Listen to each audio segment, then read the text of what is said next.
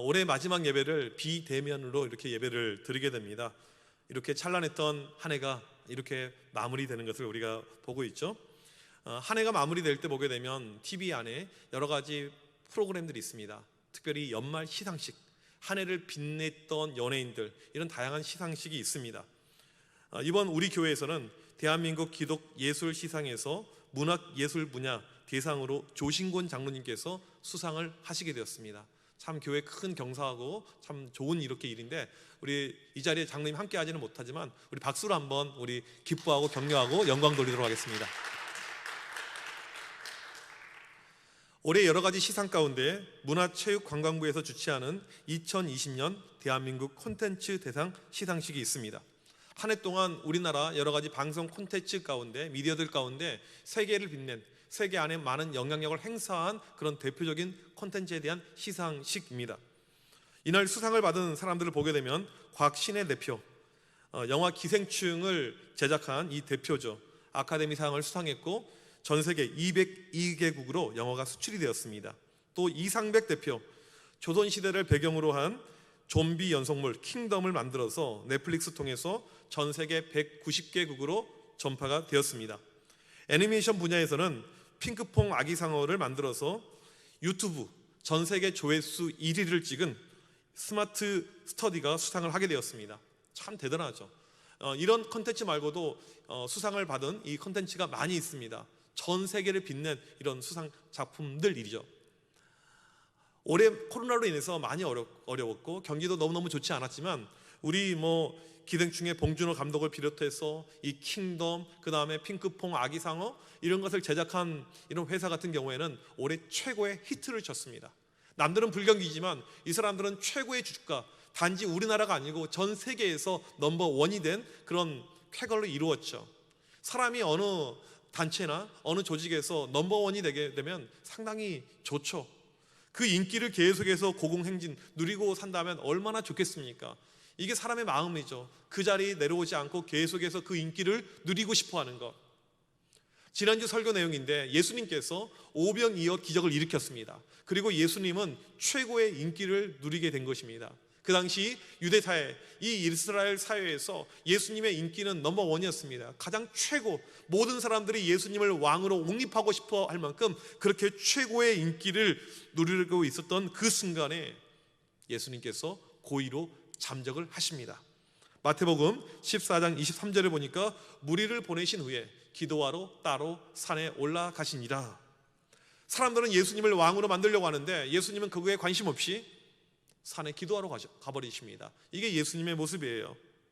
제자들이 예수님 오시기만을 기다리는데 오시지 않습니다. 시간이 1시간, 2시간 흘러가도 예수님이 오지 않아요. 기도하는 시간이 길어진 것입니다. 오랫동안 기도하고 제자들은 이제 밤이 되어서 자기들이 원래 살고 있었던 가버나움으로 돌아가야 되니까 이제 결국에는 예수님 없이 배를 타고 출발을 하게 되었습니다. 시간이 밤입니다. 하지만 제자들 가운데 상당수가 뱃일을 했던 사람들이기 때문에 밤에 갈릴리 호수를 거슬러 올라가는 것은 그들에게는 일도 아니었습니다. 그들이 있는 디베라에서 갈릴리 이 호수를 거쳐서 가버나움까지 가는 데는 약 11km 정도 이런 거리가 있었지만 그들은 밤에 충분히 갈 수가 있었습니다. 또한 제자들 12명 정도가 타야 되니까 배가 작지도 않은 큰 배였습니다. 그들은 안전하게 출항을 했죠. 17절 후반절 말씀에 보니까 의미심장한 말씀이 이렇게 나와 있습니다. 예수는 아직 그들에게 오시지 아니하셨더니. 예수님이 그 자리에 안 계신 거죠. 지금 이 성경을 기록하고 있는 요한, 이 요한은 그날 배를 탔던 사람입니다. 요한의 관점에서 이 성경이 기록이 되고 있는데 그날 많은 일이 있었다고요. 배 안에서도 여러 가지 일들, 해프닝들, 다른 것 다 빼고 기록하지 않고 딱 한 가지 기록하고 있는데 예수님이 오시지 않았다, 이것을 기록하고 있습니다. 무엇인가 싸늘한 분위기를 느낄 수가 있죠. 캄캄한 바다, 지금 이 배가 나아가는데 그 자리에 예수님이 계시지 않다. 지금 아무리 밤이고 아무리 어둠침침하지만 이들은 문제가 없을 거라고 생각했었습니다. 왜냐하면 배의 전문가들이니까. 하지만 그들에게 문제가 한 가지 있었는데 그 문제는 바로 그 자리에 예수님이 계시지 않으셨다는 것입니다. 마치 무엇인가 곧 닥쳐올 어려움과 위기에 대한 전조처럼 그렇게 느껴지죠. 예수님이 계시지 아니하였다. 오늘 말씀 이렇게 흘러가고 있는데 우리가 몇 가지 알 수 있는 이 교훈들, 내용들이 있습니다. 첫 번째로 무엇이냐면 우리 인생에서 가장 큰 어려움과 위기는 예수님이 나와 함께 하지 않는다는 사실입니다. 내가 있는 그 자리에 예수님이 계시지 않는 거예요. 지금 제자들과 예수님이 단절이 되었듯이요. 좋은 직장을 다니는데 그 자리에 예수님이 계시지 않습니다. 좋은 대학을 다니는데 그 자리에 예수님이 계시지 않습니다. 그것만큼 큰 불안과 염려가 없는 것입니다. 예전에 100주년 기념교회를 담임하셨던 이재철 목사님이 이런 이야기를 하셨어요.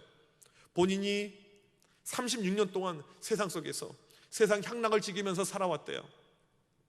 남들이 보게 되면 재밌었겠다, 즐거웠겠다, 좋았겠다 이렇게 이야기하게 되는데 본인은 어떻게 묘사했냐면 그 36년은 나에게 예수 없는 인생이었습니다 라고 고백했어요. 예수 그리스도가 없는 인생은 한 치 앞도 내다볼 수 없는 캄캄한 밤을 걸어가고 있는 인생이었습니다. 그렇게 묘사했습니다.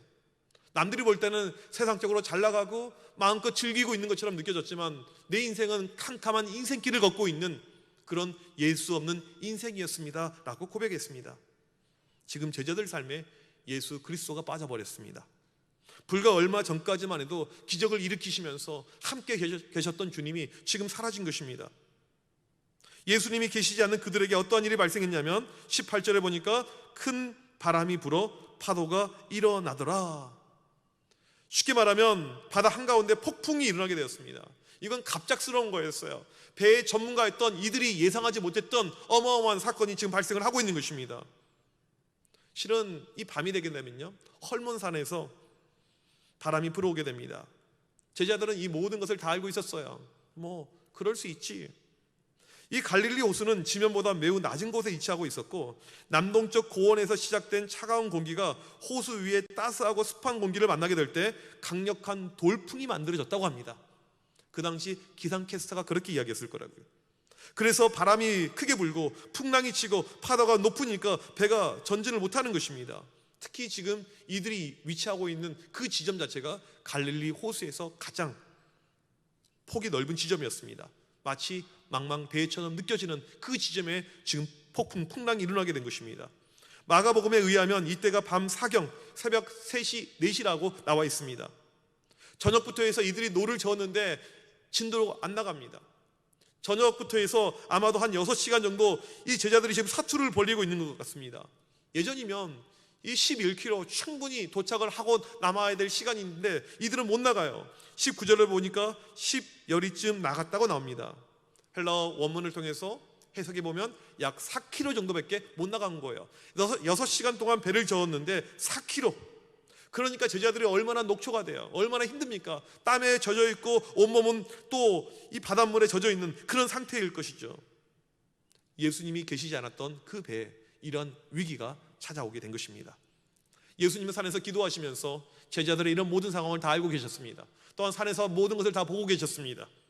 그리고는 제자들에게 다가가십니다. 물 위를 직접 걸으십니다. 19절에 이때 제자들의 반응이 이렇게 기록이 되어져 있습니다. 배에 가까이 오심을 보고 두려워하거늘. 여기 보게 되면 예수님께서 물 위를 걸어오는 장면을 제자들이 보게 됩니다. 보고라는 단어, 이게 헬라어로 세오레오인데 정확하게 응시합니다. 깊이 관찰한 것입니다. 그럴 만하도 한 것이 지금 밤이 캄캄하고 지금 풍랑이 치고 있는데 누군가가 물 위를 걸어와요. 이건 사람으로 하여금 집중력을 만들게 하는 이런 광경인 것입니다. 저게 뭐지? 저게 뭐지? 저는 어렸을 때 주로 바닷가에서 자랐기 때문에 바닷가의 풍경이 남들보다는 쉽게 그려집니다. 지금 이 제자들의 상황이 어떤 상황인지 누구보다 훨씬 더 제 피부에 와닿습니다.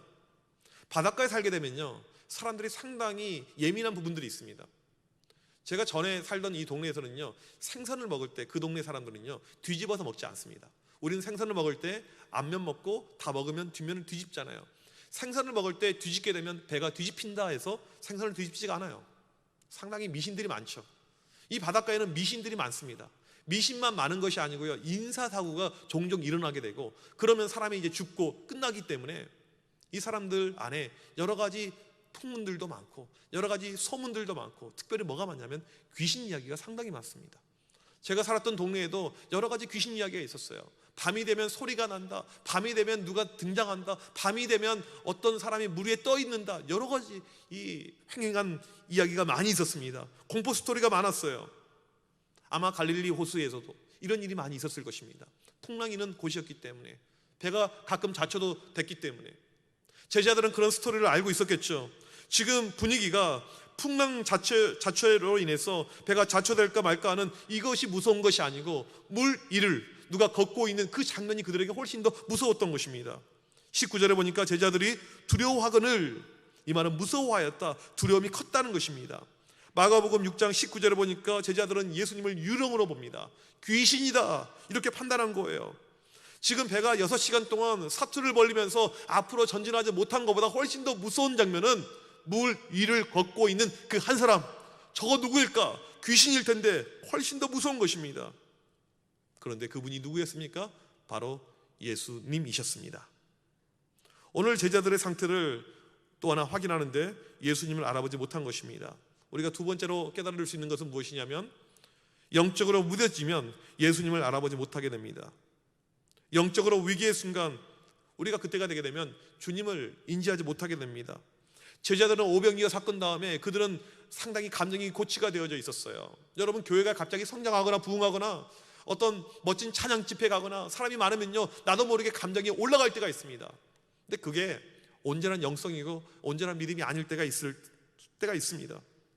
제자들은 오병이어 그 다음에 너무나도 기분이 너무나도 크게 도취가 되어 있었습니다. 하지만 그들은 영적으로는 죽어 있었던 거예요.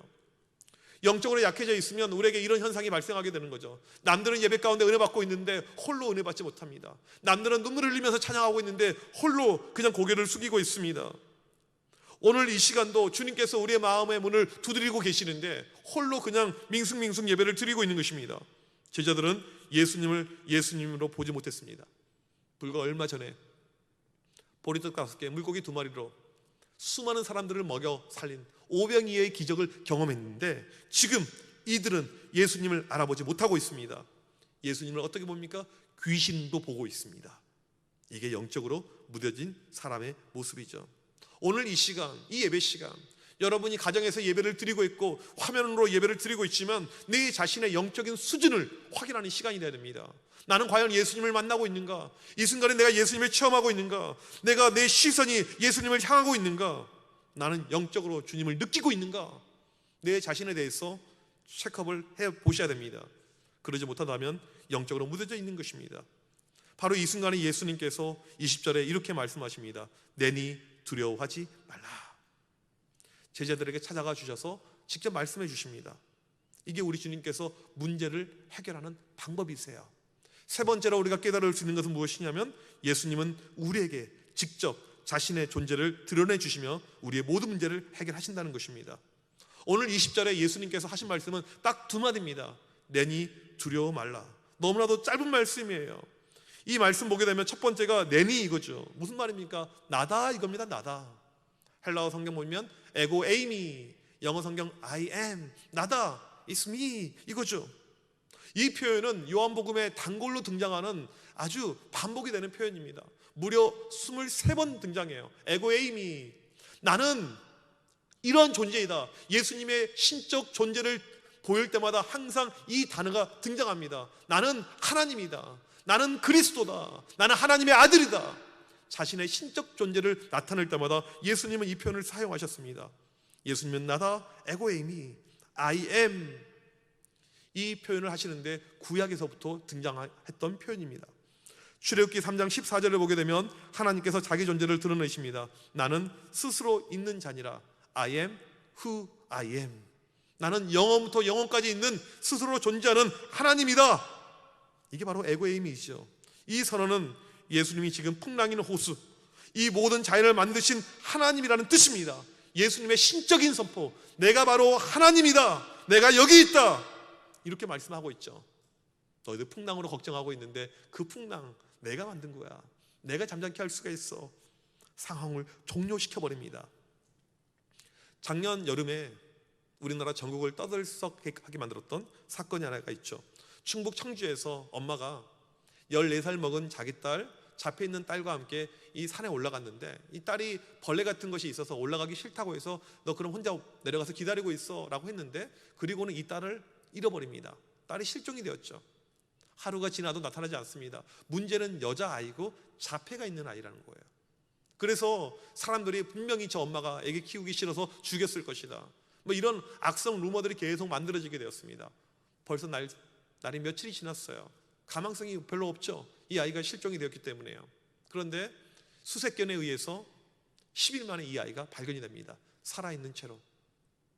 이름도 기억나요. 좋은 누리.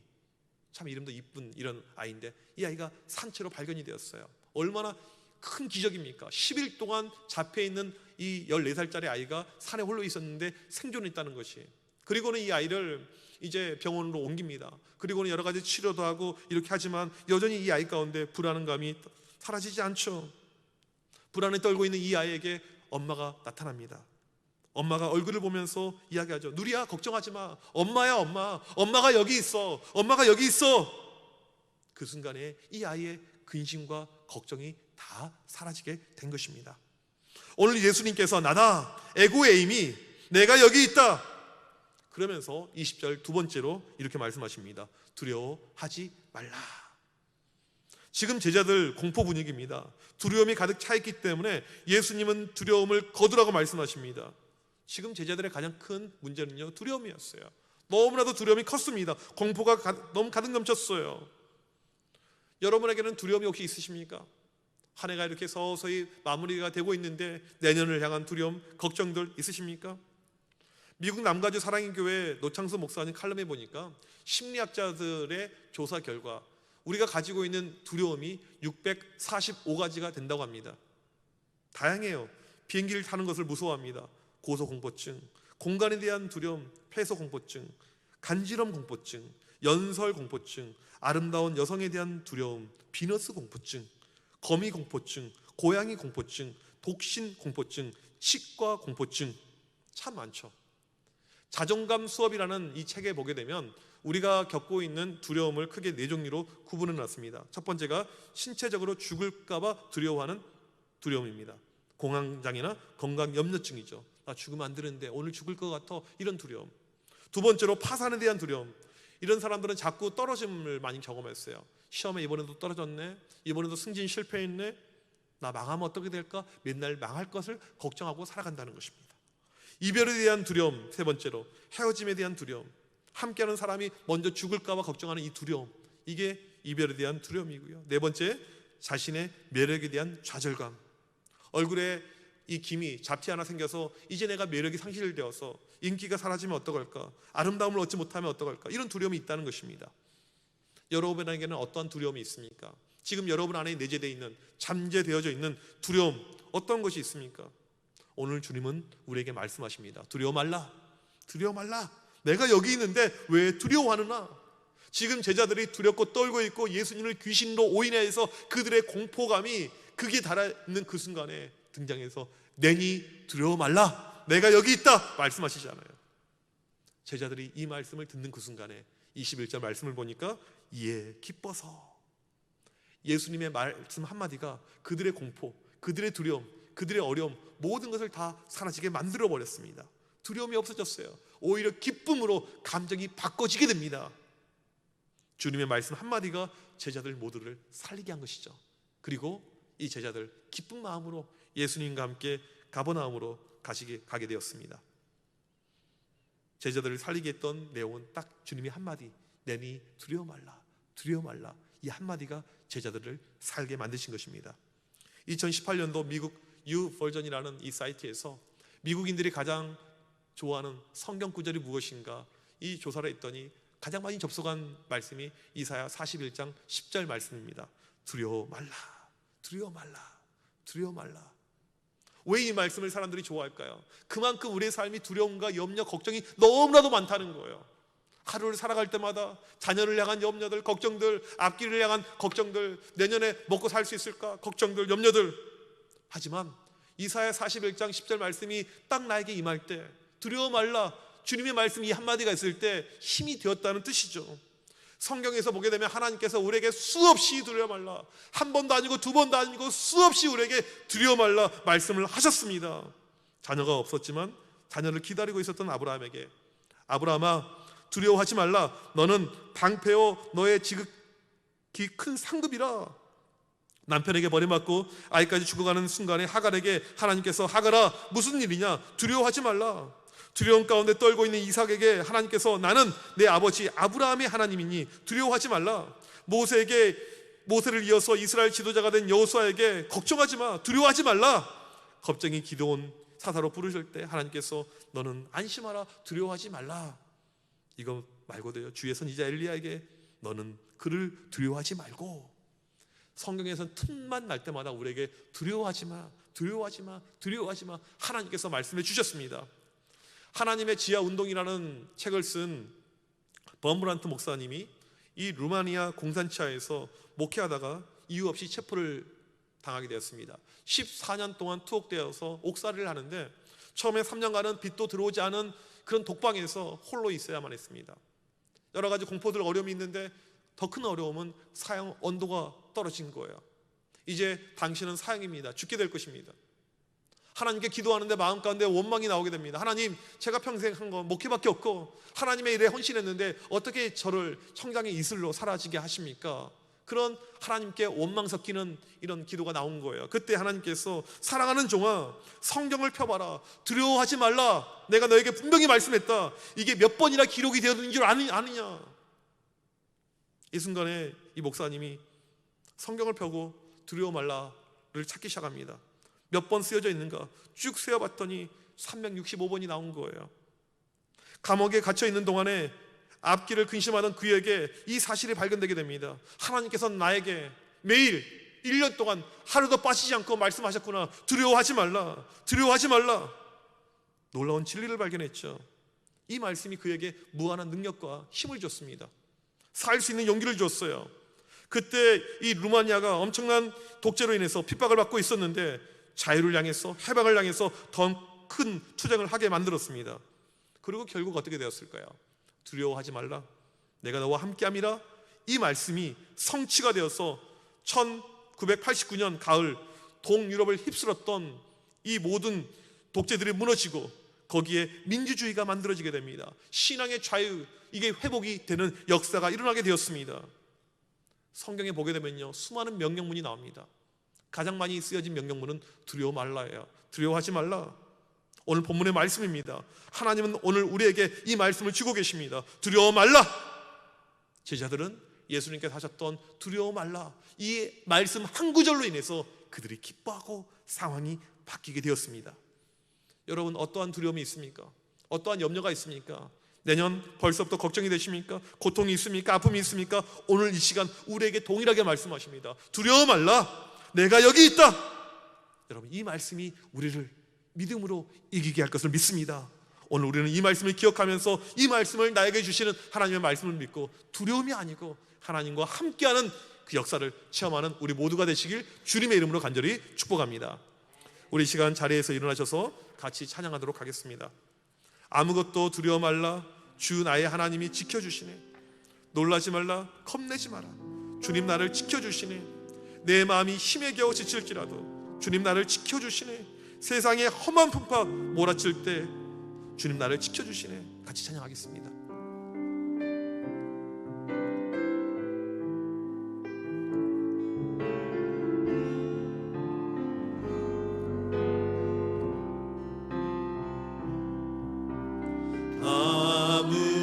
아무것도 두려워 말라, 주 나의 하나님이 지켜주시네. 놀라지 마라, 겁내지 마라, 주님 나를 지켜주시네. 아무것도 두려워 말라, 아무것도 두려워 말라, 주 나의 하나님이 지켜주시네. 놀라지 마라, 겁내지 마라, 주님 나를 지켜주시네. 내 마음이 힘에 겨워 지칠지라도 내 마음이 힘에 겨워 지칠지라도 주님 나를 지켜주시네.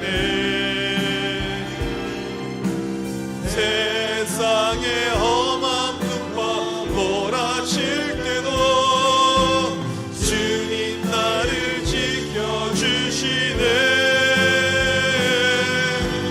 주님은 나의 산소, 주님은 나의 요새, 주님은 나의 소망, 나의 힘이 되신 여호와. 아무것도 두려워 말라. 아무것도 두려워 말라. 주 나의 하나님 지켜주시네. 놀라지 마라, 겁내지 마라. 주님 나를 지켜주시네. 내 마음이 힘에 겨워 지칠지라도 내 맘이 힘에 겨워 지칠지라도 주님 나를 지켜주시네. 세상의 험한 풍파 몰아칠 때도 주님 나를 지켜주시네.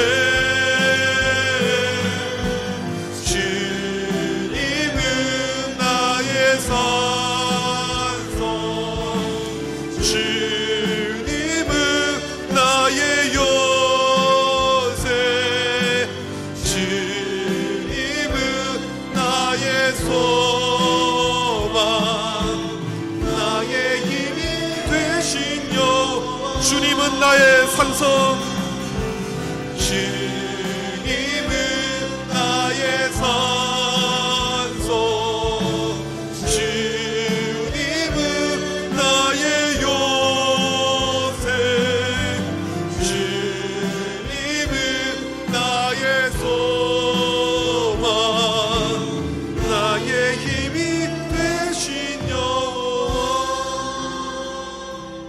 우리 시간 기도하실 때 여러분 가운데 혹시 두려움이 있습니까? 염려가 있습니까? 걱정이 있습니까? 이 시간 주님께서 우리에게 말씀하십니다. 두려워 말라, 내가 너희와 함께한다. 이 말씀만 믿고 의지하고 나아갈 때 우리의 모든 두려움, 어려움 사라질 줄 믿습니다. 이 시간 기도할 때 내 안에 있는 근심, 걱정, 염려, 어려움, 두려움 사라지게 하여 주시옵소서. 주님 나와 함께 하시고 나를 도와주시고 나에게 역사하여 주시옵소서. 우리 시간 합심하여 간절히 기도합니다. 살아계신 하나님, 이 시간 옆에 간절히 기도합니다. 우리 가운데 두려움이 있으니, 염려가 있으니, 걱정이 있으니 이 시간 간절히 기도할 때 주여 말씀하여 주시옵소서. 이 모든 근심과 걱정과 어려움을 능히 떨쳐버리게 하여 주시옵소서. 이 시간 간절히 기도할 때 주님의 도우시는 은혜를 통해서, 주의 놀라운 역사를 통해서 하나님 아버지 이 모든 어려움에서 자유케 되는 놀라운 역사가 나타나게 하여 주시옵소서. 간절히 기도합니다. 우리를 향하신 하나님의 계획하심과 일하심과 역사하심이 넘쳐나게 하여 주시옵소서. 근심과 염려와 걱정과 내 모든 심령들 주여 이 시간 너 만져 주시옵소서. 두려워 말라, 내가 너와 함께함이라. 하나님 놀라지 말라, 나는 내 하나님이 됨이라. 주여 우리가 이 시간 말씀을 의지하여서 어려움과 힘든가 모든 환난에서 명쾌하여 주시옵소서. 새롭게 되는 놀라운 역사가 이 시간 너 나타나게 하여 주옵소서. 주여 우리에게 역사하여 주시옵소서. 주여 우리 가운데 일하여 주시옵소서. 우리 정함의 성도들 가운데 오늘 또 염려와 근심과 걱정과 이 성도들이 있으니 이 시간 간절히 기도할 때 하나님 말씀하여 주셔서 이 모든 환난에서, 위기에서, 어려움에서 극복하고 나가게 하여 주시옵시고 우리를 향한 하나님의 놀라신 역사하신 은혜를 체험케 하여 주시옵소서. 주여 말씀하여 주시옵시고 주여 역사하여 주시옵시고 주의 은혜로 믿음의 놀란 역사로 아버지 승리하는 우리 모두가 되게 하여 주옵소서. 오늘도 우리에게 말씀하여 주셔서 오직 믿음을 가지고 승리하게 하여 주옵소서. 우리와 함께 하여 주옵시고 우리와 동행하여 주옵시고 모든 근심들 어려움들 떨쳐버리게 하여 주옵시고 주만 의지하고 붙들고 달려나가게 하여 주옵소서. 이 시간 너 말씀하여 주옵시고 그 말씀이 우리의 심령 가운데 박히는 가운데 두려움이 아닌, 하나님 염려가 아닌, 근심이 아닌 믿음으로 승리하는 주의 온 백성들 모두 되게 하여 주시옵시고 역사하여 주시옵소서. 하나님, 우리의 모습이 때로는 갈릴리 호수에서 예수님 없이 풍랑을 만난 제자들 같았음을 고백합니다. 우리에게 예수님만 계시다면 아무런 문제가 없는데 우리는 예수님 밖에서 문제 해결을 노력할 때가 많이 있었음을 고백합니다.